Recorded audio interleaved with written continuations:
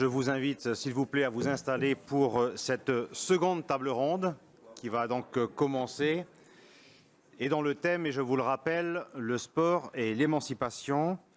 Nous avons le plaisir d'avoir comme invité politique autour de la table ma collègue Jacqueline Eustache-Brignot, sénatrice du Val d'Oise depuis 2017, secrétaire du Sénat, membre de la commission des lois du Sénat, membre du conseil scientifique sur les processus de radicalisation, membre du groupe Les Républicains. Au Sénat, évidemment, Jacqueline a travaillé sur plusieurs dossiers et présenté plusieurs questions écrites ou orales en lien avec le sport, démocratisation du sport, neutralité lors des JO de 2024, incident survenu au Stade de France en mai 2022 et interpellation de la ministre des Sports au sujet de la radicalisation islamiste dans le sport.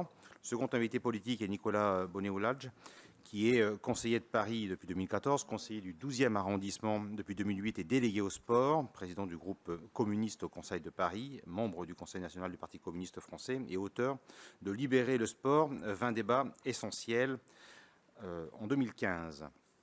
Nous avons l'honneur et le plaisir d'avoir comme expert à cette table ronde Madame Annie Sugier, physicienne de formation, actuellement présidente de la Ligue du droit international des femmes, créée par Simone de Beauvoir. Son autre combat est celui des Jeux olympiques, afin de dénoncer l'apartheid sexuel dont sont victimes les femmes de pays islamiques. Elle est auteure et co-auteure de plusieurs ouvrages, Femmes voilées au JO, entre autres, C'est quoi être féministe, ou Comment l'islamisme a perverti l'olympisme.